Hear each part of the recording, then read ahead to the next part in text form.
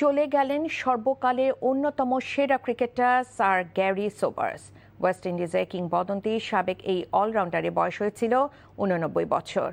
সোবার্সের মৃত্যুর খবর নিশ্চিত করে ক্রিকেট ওয়েস্ট ইন্ডিজ এক শোক বার্তায় বলেছে, একটি দুর্দান্ত ইনিংসের সমাপ্তি ঘটল।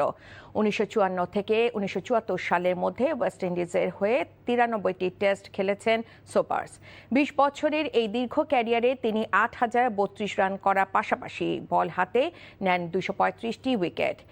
১৯৫৮ সালে পাকিস্তানের বিপক্ষে অপরাজিত ৩৬৫ রানের মহাকাব্যিক ইনিংস টেস্ট ক্রিকেটের ইতিহাসের সর্বোচ্চ ব্যক্তিগত রানের রেকর্ড হিসেবে টিকে ছিল দীর্ঘ ৩৬ বছর।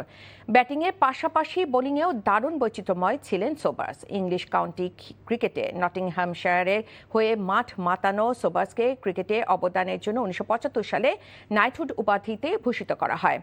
এছাড়াও ক্রিকেটে বাইবেল খ্যাত সাময়িকী উইজডেনের বিংশ শতাব্দীর সেরা ৫ ক্রিকেটারে একজন নির্বাচিত হন তিনি। ১৯৩৬ সালে ২৮ জুলাই বার্বাডোজে ব্রিজটাউনে জন্মগ্রহণ করেন এই কিংবদন্তি ক্রিকেটার।